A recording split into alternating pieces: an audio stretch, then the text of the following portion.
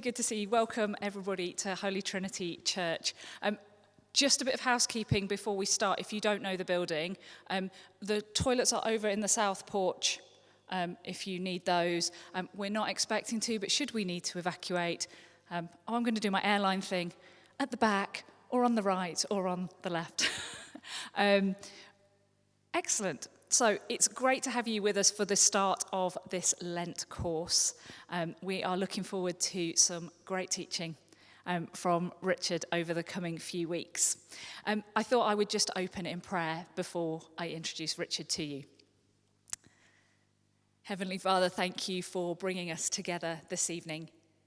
Thank you for all that we will learn and share with each other over the coming weeks. Holy Spirit, would you enlighten our minds, open our eyes and our hearts, so that we might love you better, so that we might know you better, and so that we might follow you better. We pray this for the glory of your Son, Jesus Christ, our Lord. Amen. So it's my real pleasure and delight to introduce the Reverend Canon Dr. Richard Cooke to you.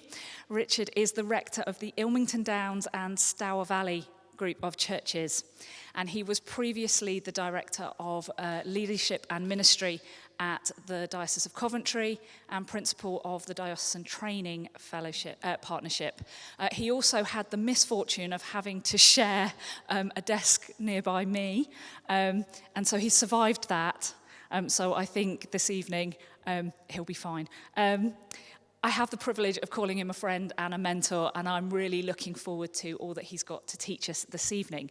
So, Richard, over to you. Thank you.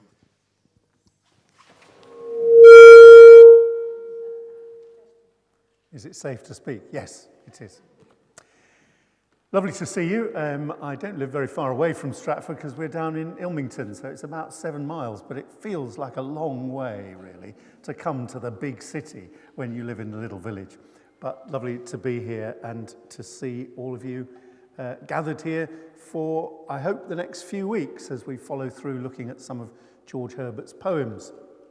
Emma's told you quite a lot about me, but let me tell you briefly a little bit about George Herbert as well, just in case you've not come across him before. So he's an early 17th century poet, and towards the very end of his life, he was a priest, a country vicar, rector of Bemerton near Salisbury for the last 3 years of his life, and he died in March 1633. So what are we going to do over these next few weeks? Well, the idea is to follow through a different poem every week, and I hope you've had a chance to pick up one of these leaflets, which has got all of the poems that we'll look at here. And because this is Lent, what we're doing is having an emphasis on the sort of faith aspect of these poems as well. George Herbert is a really interesting character because he's one of the very first people to explore interior life, really. His poems were not published during his own life, but on his deathbed, he sent a book of them to his friend Nicholas Ferrer, saying that they painted a picture of many spiritual conflicts that have passed betwixt God and my soul, before I could subject mine to the will of Jesus my Master. And he asked that if Ferrer could think it may turn to the advantage of any dejected poor soul, let it be made public. If not, burn it, he said. And we're quite glad that Ferrer didn't burn it, but made it available for us poor dejected souls. Well, you don't look too dejected tonight, but we'll pick up some of that 17th century language as we go through. The format of the evenings is that there's one poem a week on the leaflet, as you can see. If you get the chance, read it before the sessions or after, entirely up to you. But I'd like to encourage you, as a Lenten thing really, to try to read the particular poem we're looking at each week several times. They bear repetition. And although they can often seem quite simple on the surface, actually the more you go into them, the deeper they become. Some people would say they bear memorizing as well. That'll probably depend a bit on your memory, but especially this first one, Love 3, if you don't already know it, is quite an easy one to remember. And that could be quite a good thing to do, target to do for Lent perhaps. In the evenings themselves, what we'll do is have a little bit of introduction from me, then listen to the poem. Then we'll have a short pause just to reflect, and then I'll get you to chat to your neighbours, no more than 3 of those if you can, so that it's a proper conversation really. But what I'd like you to talk about then, and I'll say this again later on, is about how it feels to read or hear the poem. The emphasis there in that conversation is about how does this feel? How does this touch me and reach me, rather than getting too entangled in the detail of the poem itself. Then a bit more substantial input from me, and finally an opportunity for us to think together about what Bible stories, images or passages the particular poem suggests. And that's not a test, it's just a bit of kind of free association using your imagination. No one is checking that you've got it right. Patrick is at the Deanery Synod tonight, so he won't know what you've said, so you're quite safe. We're looking for the kind of resonances that there are in these poems with what we have in our heads and remembered of what's here in the Bible as well. Then, if we've got time, we can do a little bit of feedback and reflection, and we'll finish, I hope, by 9 o'clock. Okay. So, to start with, have we got a slide, Phil? There it is, yeah. George Herbert is associated with Bemerton near Salisbury in Wiltshire, but that's not where I want to begin. Instead, I want to begin where that picture is, at Salem Abbey in Normandy, an ancient stone church where the monks sit in light, but the congregation of lay people sit towards the back in darkness. As the congregation sit there in the dark, there is Gregorian chant. The monks of Salem Abbey reintroduced it in the early 20th century. And the moment that we're looking at is Holy Week, mid-April 1938. If you looked beyond the Abbey, then you would see that the international situation was fraught. Germany has just annexed Austria. Europe is edging towards war. The world is waiting anxiously in fear of a second global conflict, just 20 years after the end of the last one. And if we can see the next bit of slide, Phil, thank you. A slight young woman from Paris named Simone is there in the back of the church in the darkness. She's a young woman who dresses simply. She's pretty careless of her appearance. Her dark hair is wavy and rather unruly.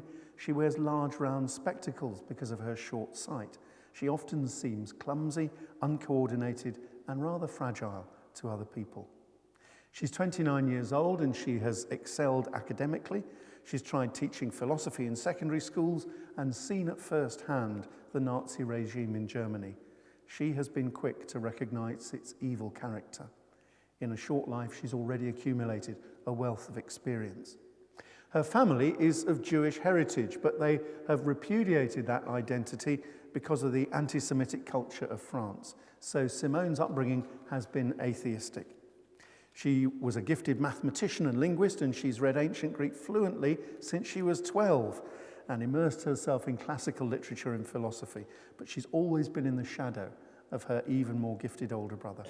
And from an early age, her sense of inferiority has often led her into depression. She has a deep empathy with the suffering of others. As a little girl during the First World War, she refused to eat sugar because she knew that the soldiers at the front line were going without. All her life, she has eaten little, and for 10 years now, she has suffered from crippling migraine headaches. Frantic and restless activity, both physical and intellectual, has led her to the edge of exhaustion.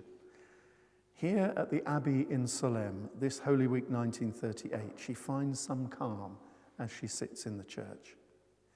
Her splitting headaches mean that every sound is like a hammer blow to her. But somehow she manages to set aside her pain and lets the chant and the words of the liturgy wash over her. And above all, in this Holy Week, she reflects on the Passion of Jesus and its extraordinary blend of suffering and love. Although her family are atheists, Simone is attracted to Christianity. Why else would she spend Holy Week in a monastery? and she lives her life by Christian principles. Social justice is the passion that's driven her on, and this aspect of the Christian tradition is what she finds deeply resonant. But God has always seemed to her to be an insoluble philosophical problem. The data could not be obtained about God, she says. But twice in the last 2 years, she's had a sense of encountering something stronger than she was. And on the second occasion, as she visited Assisi, she found herself unexpectedly kneeling. But even at that moment, she didn't pray, because to do so would mean addressing the God in whom she cannot believe and does not think that she can know. Simone remains fiercely and passionately an outsider. But here at the Abbey this Holy Week, she's met a young English Catholic called John Vernon, and he introduces her to the work of the English metaphysical poets of the 17th century, John Donne, Henry Vaughan, and George Herbert amongst them. And when she leaves the Abbey on the Tuesday of Easter week, it's the poems that go with her as she returns to her ordinary life and her attic flat in Paris, beneath the looming clouds of approaching war. In late September, the Munich Agreement is signed, hailed as establishing peace for our time, but it quickly becomes clear that nothing will now stand in the way of Hitler's increasing ambitions. And in early November, Kristallnacht in Germany makes the danger to Jews very plain, even if, like Simone and her family, they are Jews who have cut all cultural or religious connection with their heritage. The shadow of anti-Semitism is looming over Europe once more, and perhaps it is no wonder that Simone's headaches plague her incessantly. To quell the agony, Simone tries to memorize some of the poems that have accompanied her back from Salem, remembering how extreme concentration can sometimes give respite from the pain in her head. The pain is physical and almost unbearable, even in her sleep, but one poem in particular really helps.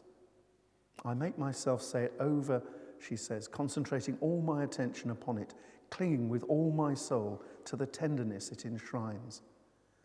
And one day, in her flat, as she recites this poem in English, suddenly, she says, Christ came down and took possession of me.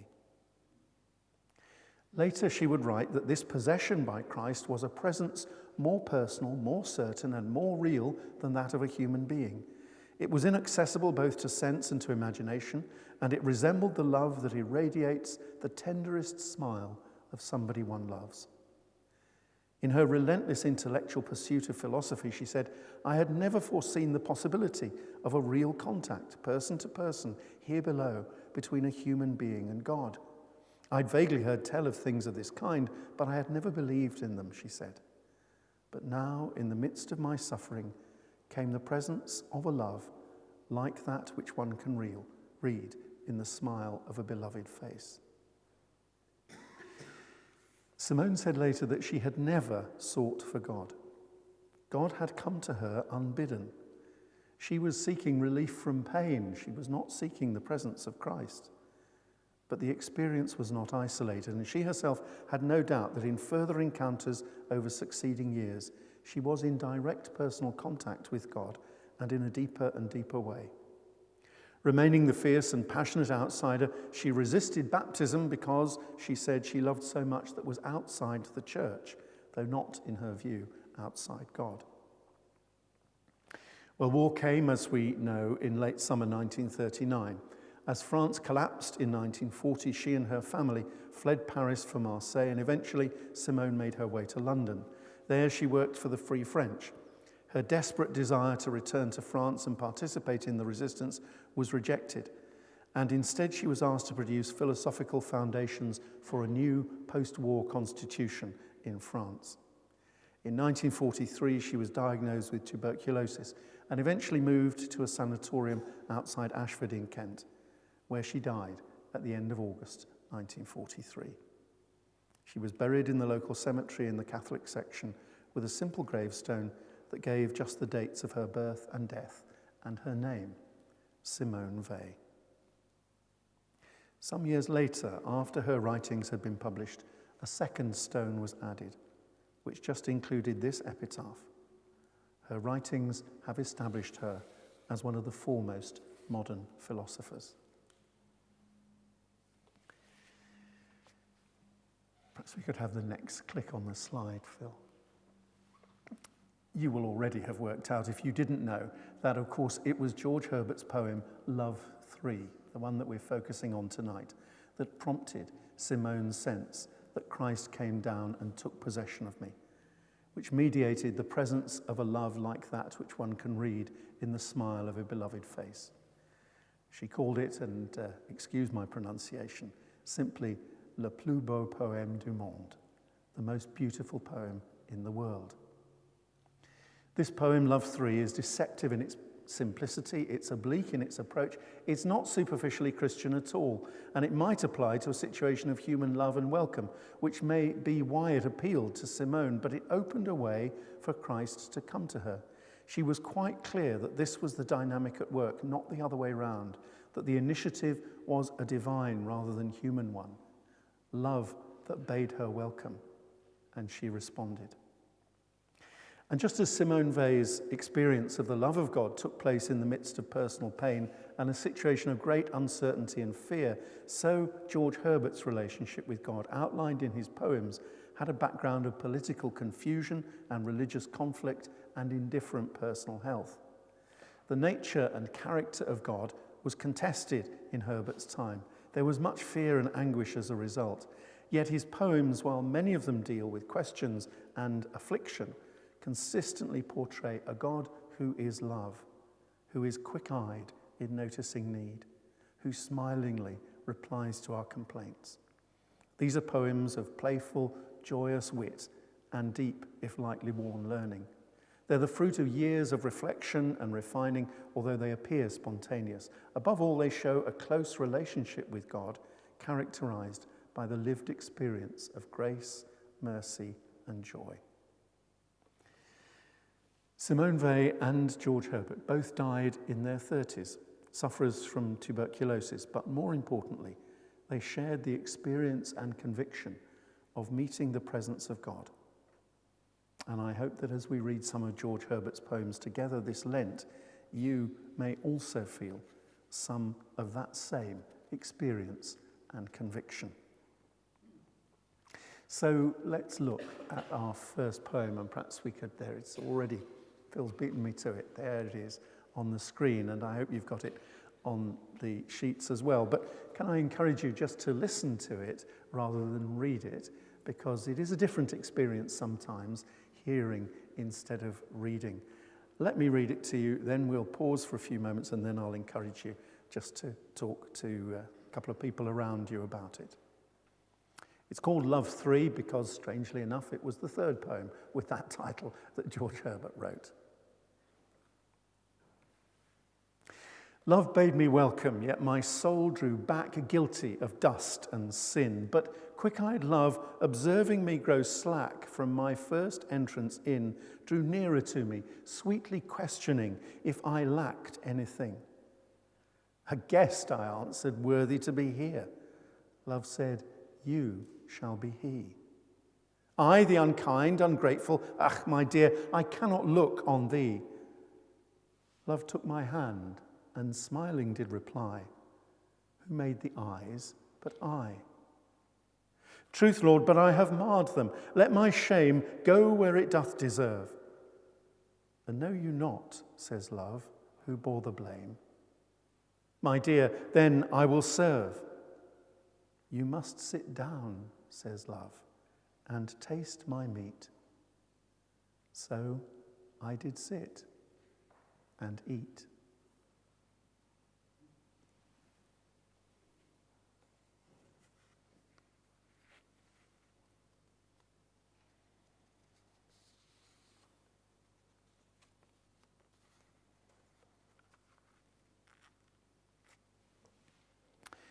So whether that poem is new to you or whether it's something that is a well-worn friend, can I encourage you just to talk to one or two people around you about how it feels to hear it, how it feels to read it again. What emotions maybe does it evoke in you as you look at it? So you've got about 5 minutes or so to do that. So just have a chat to the person next to you about it, if you would.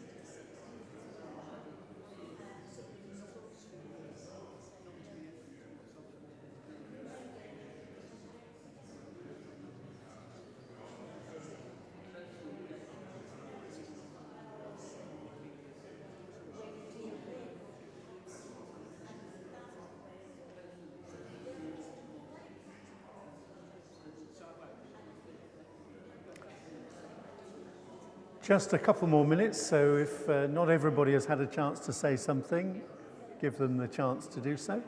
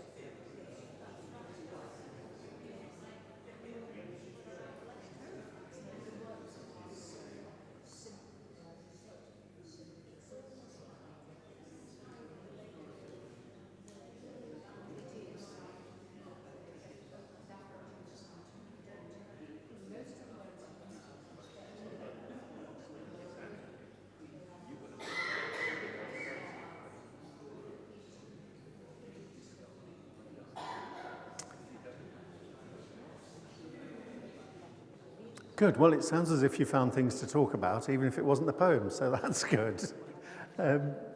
We've got a few moments if anybody's got any comments that they want to make, any observations. So Emma's going to shoot around with the microphone. If you want to say something, don't feel you have to.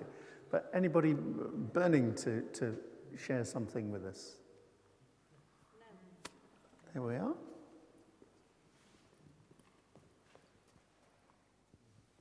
I've got a confession. I'm an English graduate, and I've never read any George Herbert. Metaphysical poetry and George Herbert have just missed me my entire life. And I'm struggling with it a bit. Yeah. Because I've just never met it. And what's the struggle? Can you? We're trying to convert Jane at the moment. Very long. You've been doing that for 20 years. For me, Herbert is a paradigm of the beauty of holiness. Mm-hmm. And I think that's all you need when you go to a Herbert poem, and the rest will come.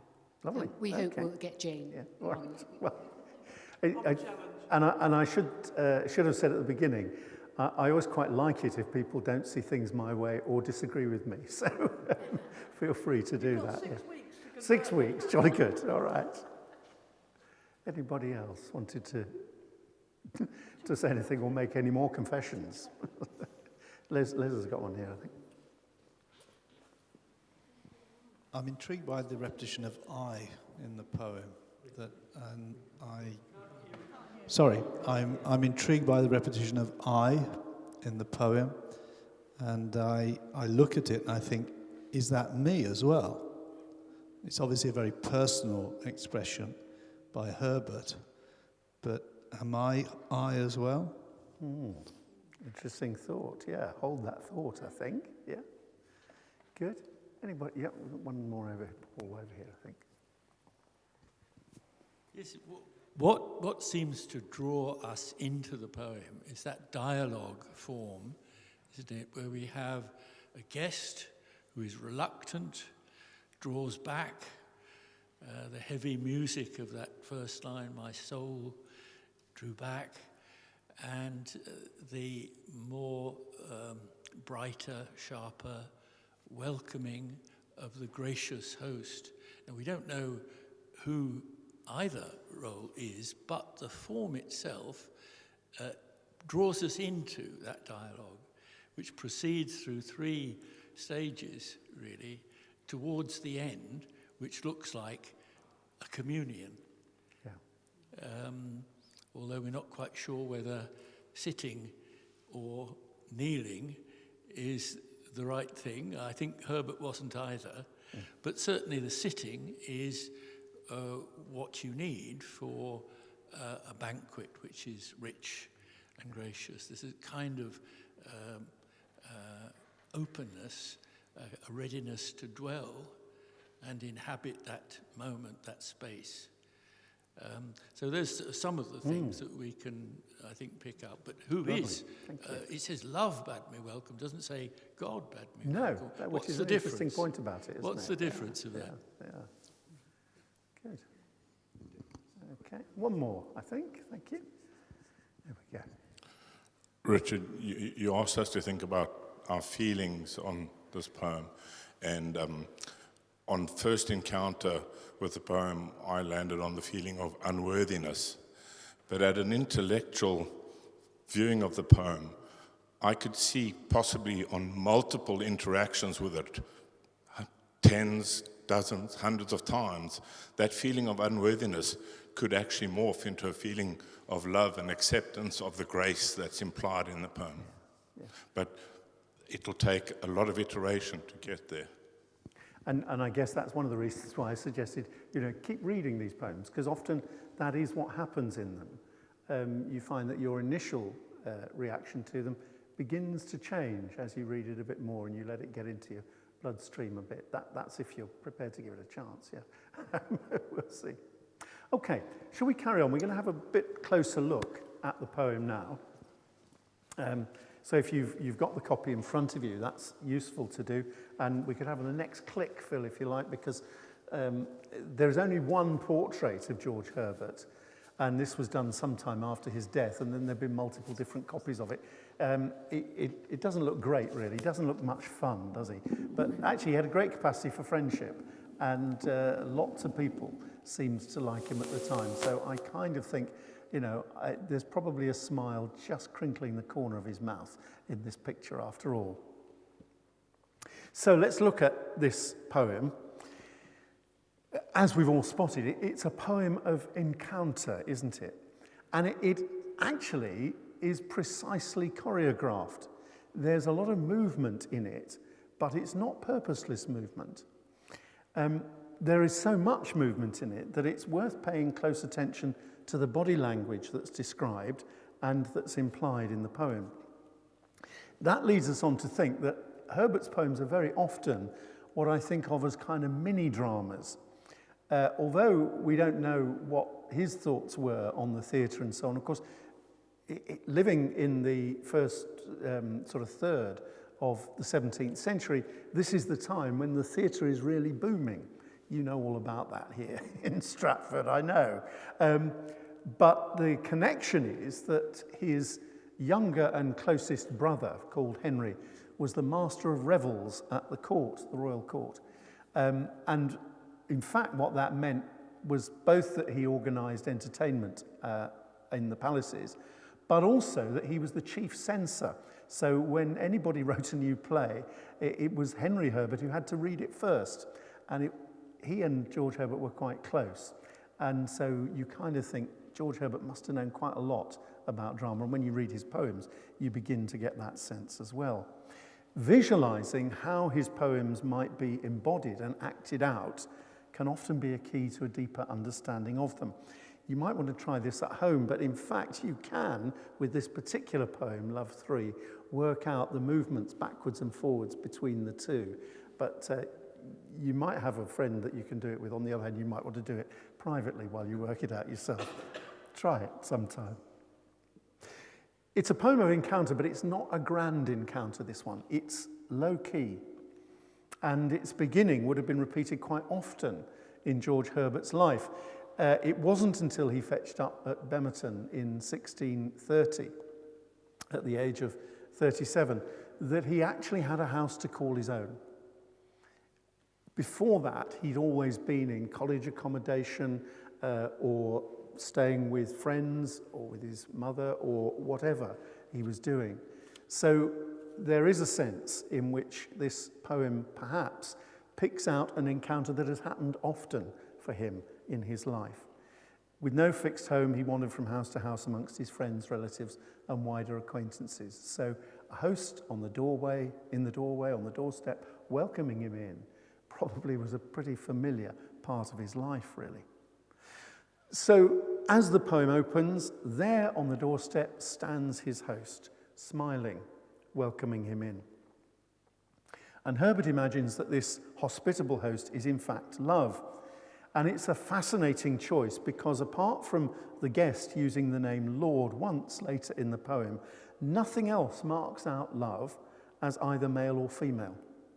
It would be easy to make too much of this perhaps, but Herbert's early experience of being welcomed and homecoming would have been from his mother, the remarkable and wildly hospitable Magdalen Herbert. And there isn't time tonight to tell you more about her, but she really is looking for a biographer. She's a fascinating woman, and if anybody here fancies it, have a go. The use of love for God here evokes all our best experiences of unconditional, welcoming love. And in the dramatic setting of this poem, I find myself quite often visualizing love as feminine. And you might like to try that out as well sometime.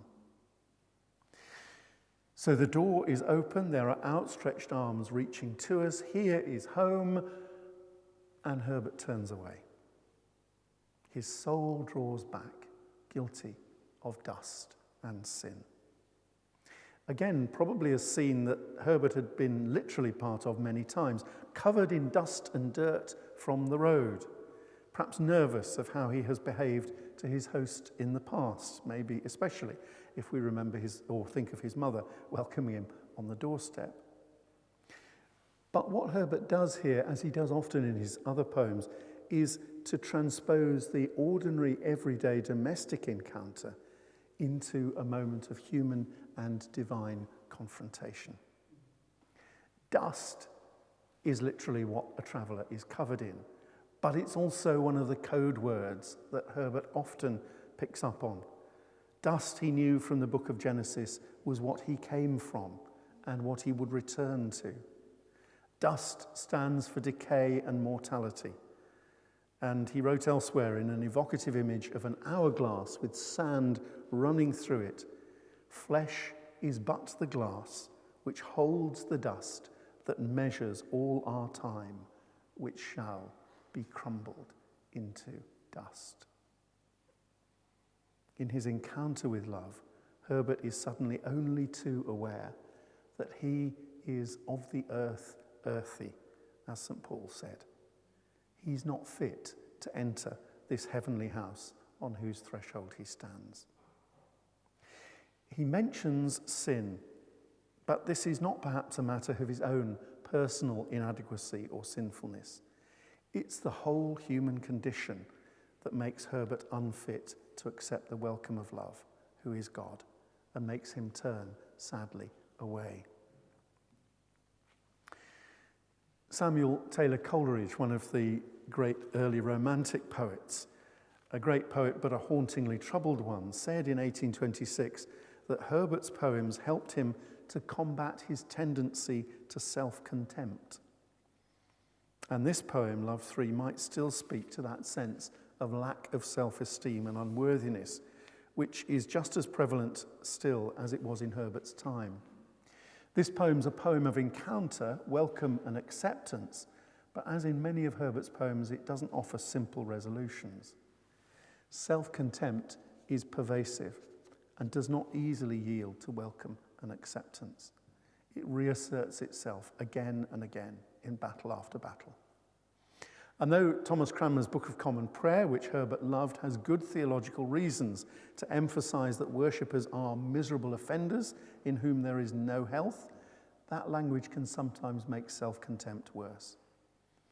The more extreme theologies of Herbert's Puritan contemporaries doubled down on the utter sinfulness and worm-like nature of humanity, creating extreme anxiety and fear of the awful judgment of God amongst many.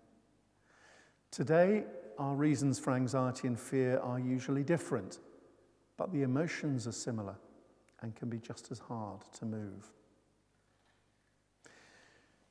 So as Herbert turns away to go, love sees him growing slack from his entrance across the threshold. And that word slack tends to be applied by George Herbert to starting something well and enthusiastically and then petering out and failing to follow it through. In one of his other poems, it's an accusation that other people bring against him. His biography suggests there was some truth in it. Herbert is describing someone who knows that he can easily put his hand to the plough and then look back, as Jesus puts it in one of the Gospels. But love, wonderfully described as quick-eyed, is there before him. Nothing gets past love for Herbert. Love, in fact, knows him better than he knows himself, has anticipated his reaction, darts out of the house to continue the encounter.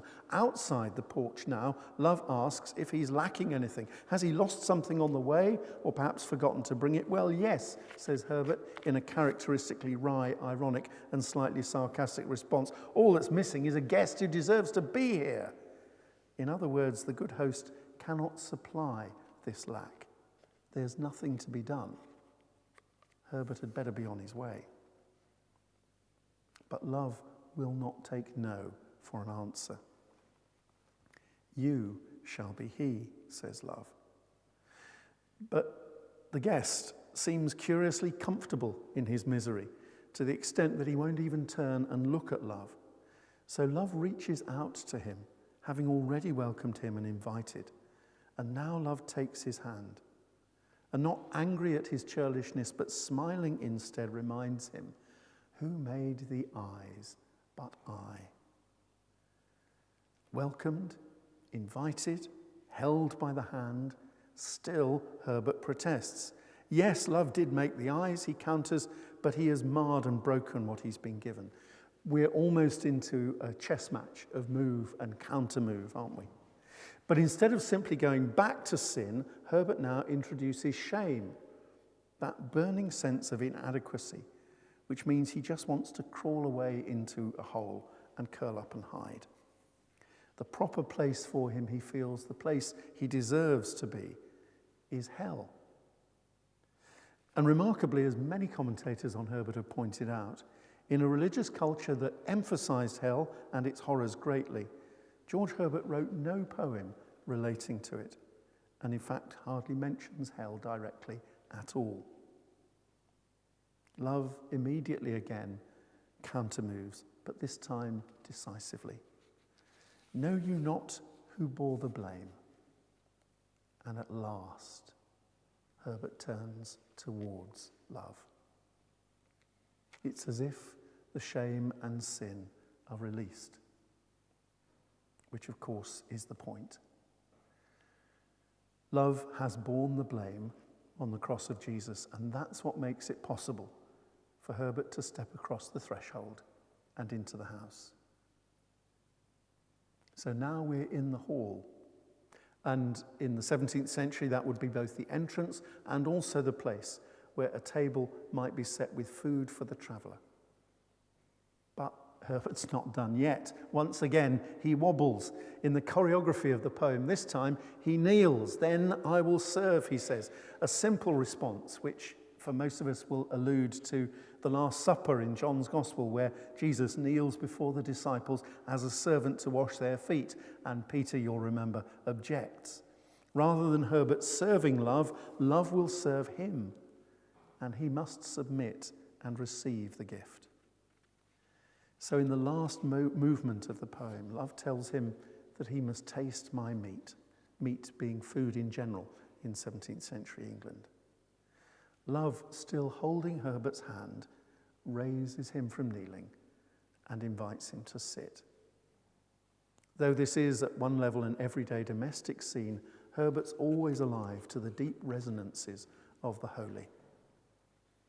And as Paul's mentioned to us, in George Herbert's day there was much debate over the proper way of receiving bread and wine at communion.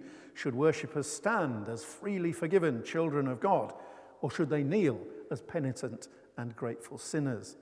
Or maybe should they sit, as was clearly expected in a number of 17th century church interiors that have survived, with communicants seated on benches around the table? Here in the poem, love raises the guest to sit at the feast. It's love's initiative that qualifies the guest to sit, despite his dust and sin. And so we arrive back at the beginning of the poem, but transformed by the grace of God from ungrateful surliness to beloved belonging. So what biblical resonances might there be for us in this poem? I've mentioned one already, Jesus washing the disciples' feet. But can you think of others? Take a moment or two just to think about that, and do feel free to go off on your own if that's better for you. It's quite a big building, so you're bound to find a little corner if that's what you want. But if you'd like to then, maybe turn to the people that you were talking to before and just share with one another some of the biblical passages, stories, images, whatever, that spring to mind. It doesn't matter if you don't know the chapter and verse of the whole thing. In fact, I'll probably be surprised if you do. So have a think about that. What are some of the images and resonances maybe that come to you? Let your imagination work as you think about this poem and you think about all those stories and pictures that you've picked up over the years through reading the Bible together. So take a moment or two just to think about that, and then when you're ready, just turn to people near you or make your way to the sides if you want a bit of quiet and silence on your own. And I'm going to give you 10 minutes for this. Okay.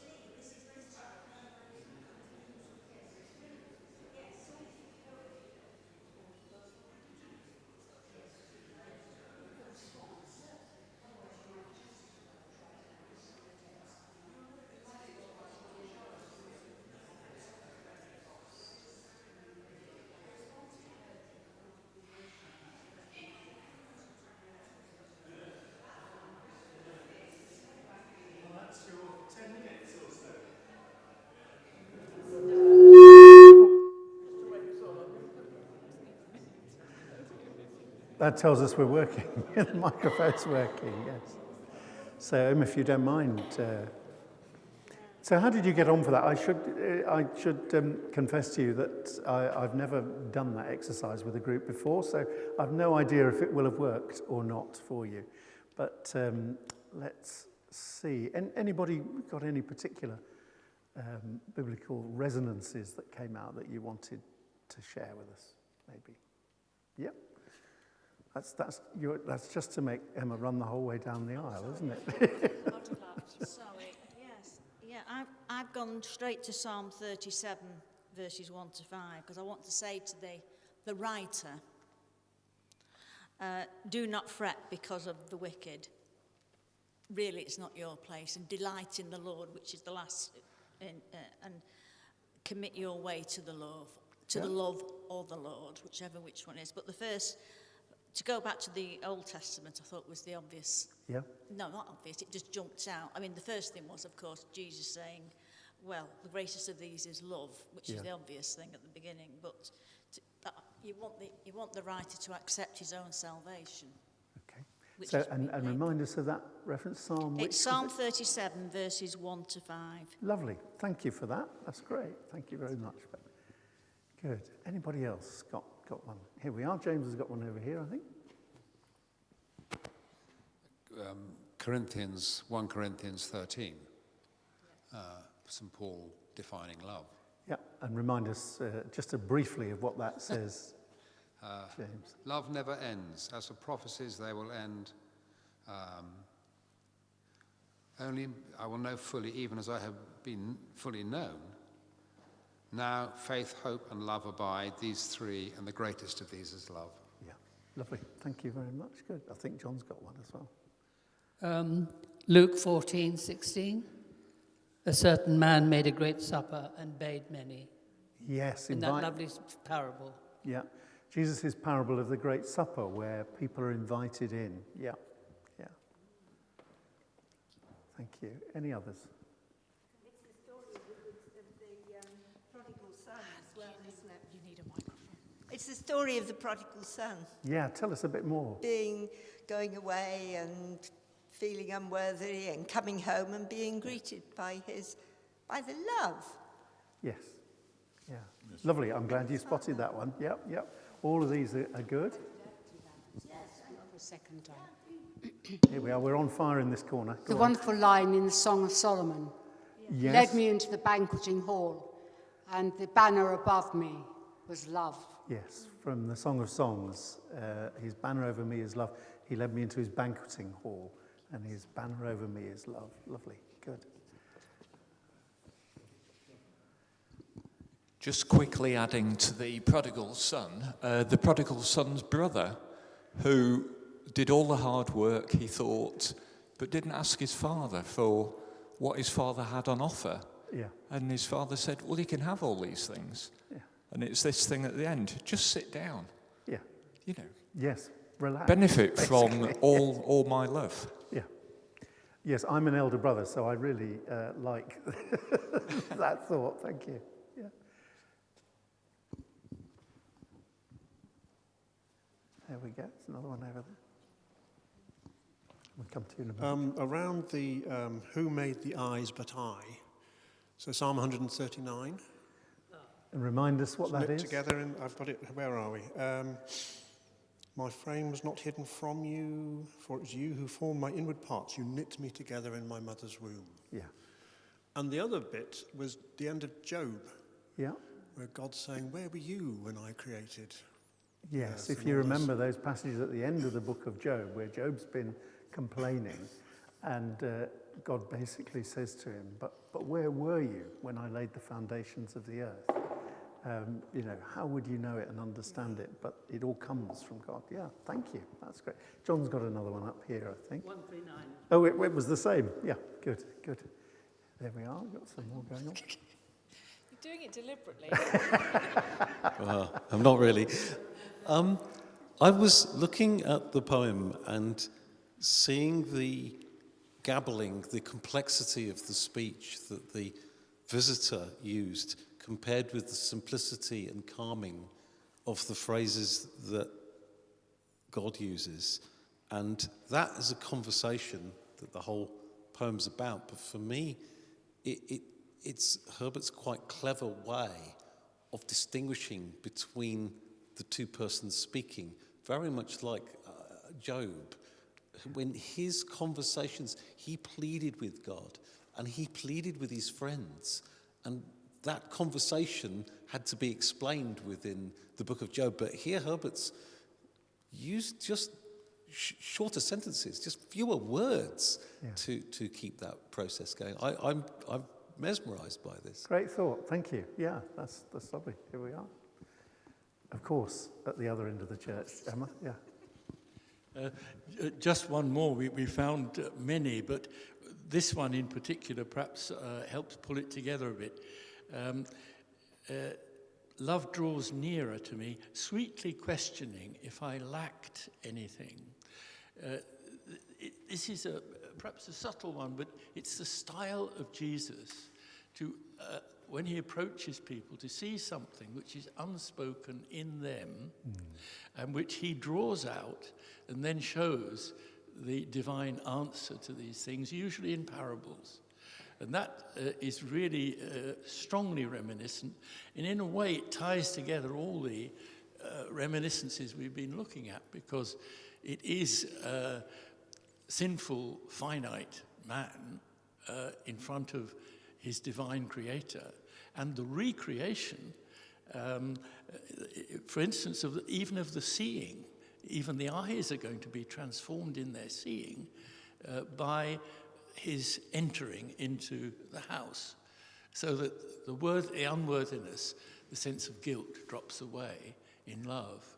And your point about the feminization of love, which is, I'm sure, absolutely exact in biographical terms, is supported. It's my job to teach these things, so I did.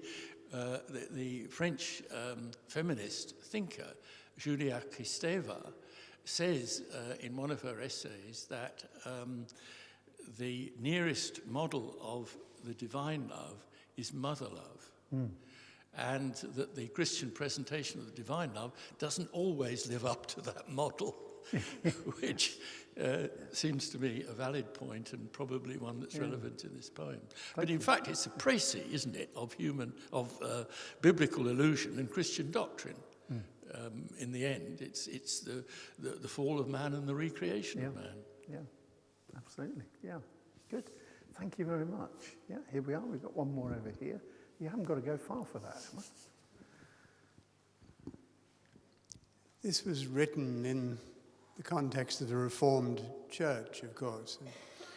It's the reigns of King James and King Charles I. And yet, it seems to us that there's more than a hint of Catholicism about this. There's a mystical language and imagery. There's a sensuousness about the way that it's expressed. And this is not something you'd expect from a Puritan. Yeah, I think Herbert would never be described as a Puritan. One of the things that's worth remembering is that the period he lived, born in 1593, dies in 1633, is actually a period where it's not really clear what the Church of England is going to be like, or even if it will continue. Because it was quite possible that certainly in the early, first 20 years or so of George Herbert's life, that there might have been some kind of reunification of the Roman Catholic Church and what had become the Protestant churches. It wasn't all a done deal. And so part of what's going on during his time is really trying to see what elements of what we would think of as kind of Catholic tradition will be part of the Church of England. Which bits can you kind of recover and so on. And he's an intriguing character because he doesn't seem to play for one side or the other. He's more interested in being a Christian than he is in having a label on him. And John's clapping, and so would I think, at that. It's one of the reasons, I think, why he's a helpful person for us to look at just at the moment when there's quite a lot of pressure for us to, stand up and be counted on one side or the other of various disputes. So, yeah, okay. Well, let me just share with you a couple of things here. That was super, really good. Thank you very much. You've already picked up the fact that these poems, in fact, come out of a lifetime of George Herbert reading the Bible. Because once you start looking, you see all these echoes and resonances there, which I hope are helpful, but he ties them together in this picture of what love God is like. I got another one for you, which is the story of the prophet Elijah, where you might remember that he is exhausted after he's had a triumph over the prophets of Baal. He's had enough, and he goes out into the desert. In 1 Kings 19, it says, Elijah went a day's journey into the wilderness and came and sat down under a juniper tree and requested for himself that he might die, and said, "It is enough now, O Lord, take away my life, for I am not better than my fathers." And as he lay and slept under a juniper tree, behold, then an angel touched him and said unto him, "Arise and eat." It's the same kind of idea. That little story is the prelude to the one that we all know about Elijah, which is where, he asks God to show himself, and then God is not in the earthquake, God is not in the fire, but he is there in the still small voice, as the Authorized Version says. There are different translations of the Hebrew of that. I think the New English Bible said a low rumbling sound, which a friend of mine once said sounded as if a herd of cows had gone past underneath. But one of the other translations says the sound of thin silence. In other words, the presence of God is there when there doesn't seem to be anything there. Which leads you to the interesting thought. What happens after this poem? What happens next in the story would be interesting thought, really. And when Elijah hears that sound, that voice, that's when he's commissioned for fresh service. The other passage, and Phil, I wonder if we could have the other slide up, if that's possible. Lovely. The other passage is, of course, the prodigal son that we've talked about before. You'll be familiar with this painting by Rembrandt, so not much later than George Herbert. Love 3 seems to me in many ways to be almost a paraphrase of that parable. It describes the conscious unworthiness and shame of the returning son, whose prepared confession includes a plea to be taken back as a servant rather than a child, just as happens in the poem. But what especially attracts attention for me, if that story of the prodigal son is read next to Love 3, is the corporate context in which the drama between the father and the son is played out. That's one of the things that's interesting about this picture, I think, because you can see other figures, slightly shadowy in the background, but they are there. There's a household surrounding the father and son in the parable, underlined by the epilogue to the tale as the elder brother, as you were saying, expresses his anger at the father's compassion. Although the relationship between the father and the prodigal is, of course, centre stage, the feast wouldn't be much of a feast unless there was a large number of other people there to join in, to share the joy and be merry, as the text says. So to the 21st century reader, Love 3 can seem to be between two participants just on their own, playing out an intense transactional drama between them. But Herbert doesn't say anything about the absence of others. And in fact, his own experience of being alone, especially at a meal, would have been extremely rare. Households, especially of the well-to-do, as George Herbert was, included servants and wider family. His modest establishment at Bemerton, when he was the rector there, included 6 servants, as well as his 3 nieces and his wife Jane. That's quite a lot of people to sit down for dinner, isn't it?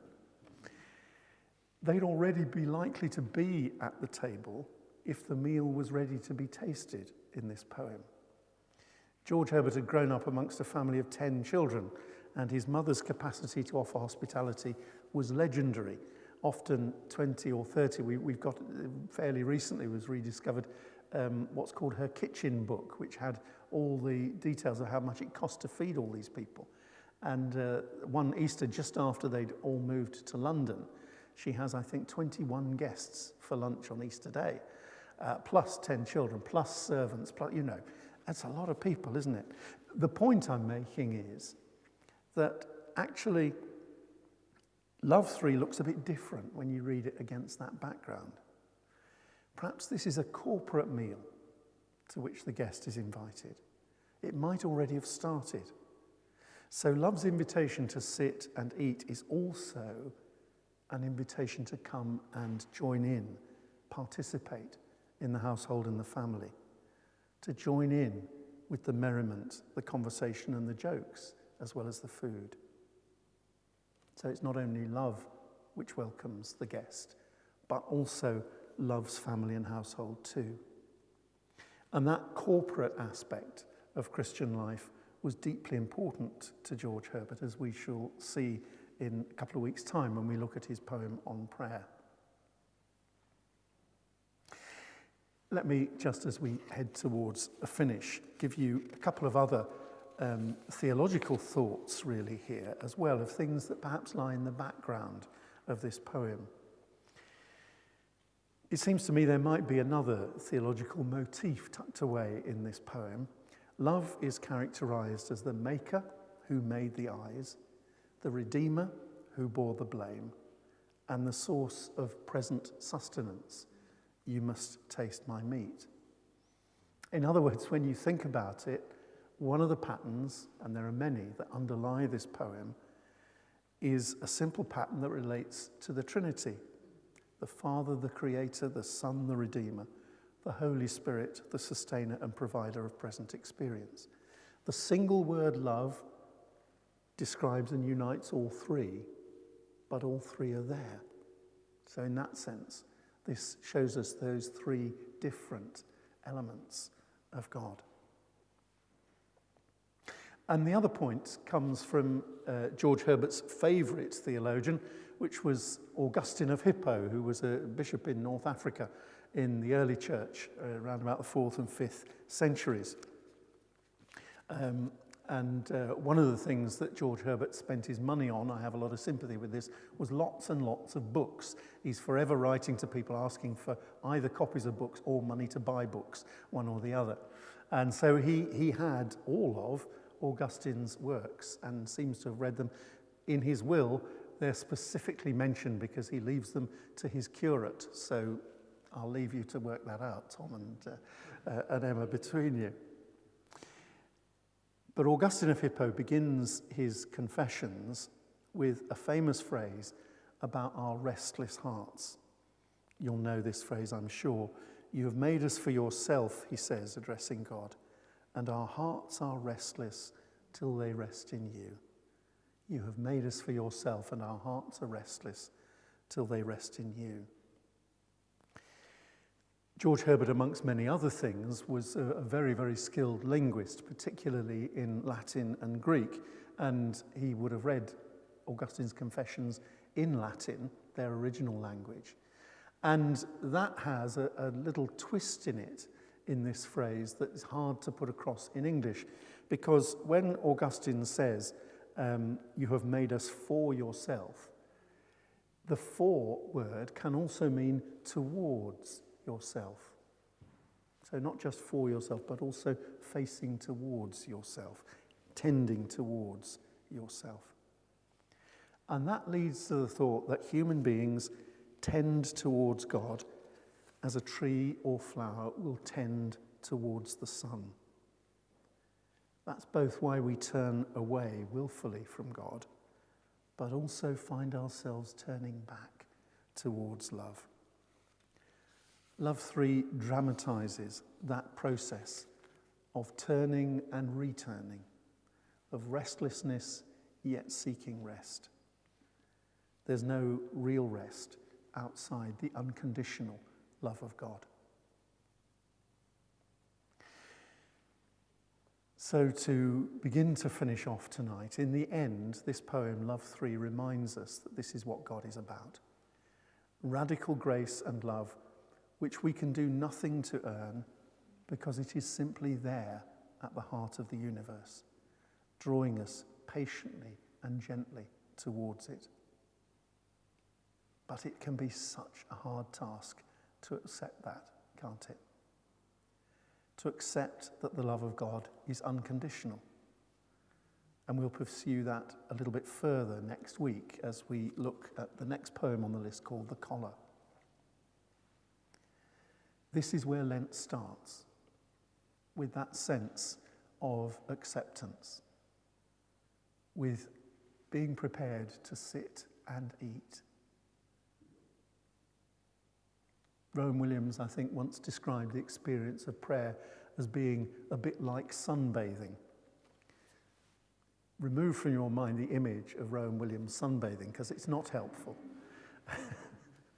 But actually what he was getting at was, if you go sunbathing, you don't do anything, do you? You just sit there and receive. That, ultimately, he suggests, is what prayer is about. And it's also, ultimately, I think, where this poem takes us. Just sit and eat.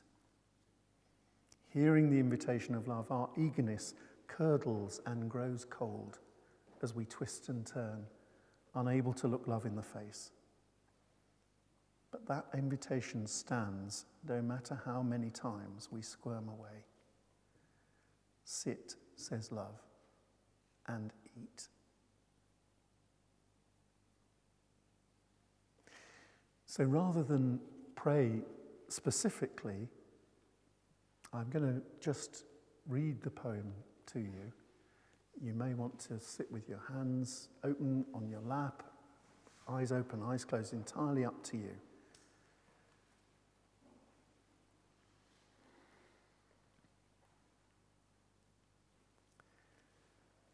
Love bade me welcome, yet my soul drew back, guilty of dust and sin. But quick-eyed love, observing me grow slack from my first entrance in, drew nearer to me, sweetly questioning if I lacked anything. A guest, I answered, worthy to be here. Love said, you shall be he. I, the unkind, ungrateful. Oh, my dear, I cannot look on thee. Love took my hand and smiling did reply, who made the eyes but I? Truth, Lord, but I have marred them. Let my shame go where it doth deserve. And know you not, says love, who bore the blame? My dear, then I will serve. You must sit down, says love, and taste my meat. So I did sit and eat.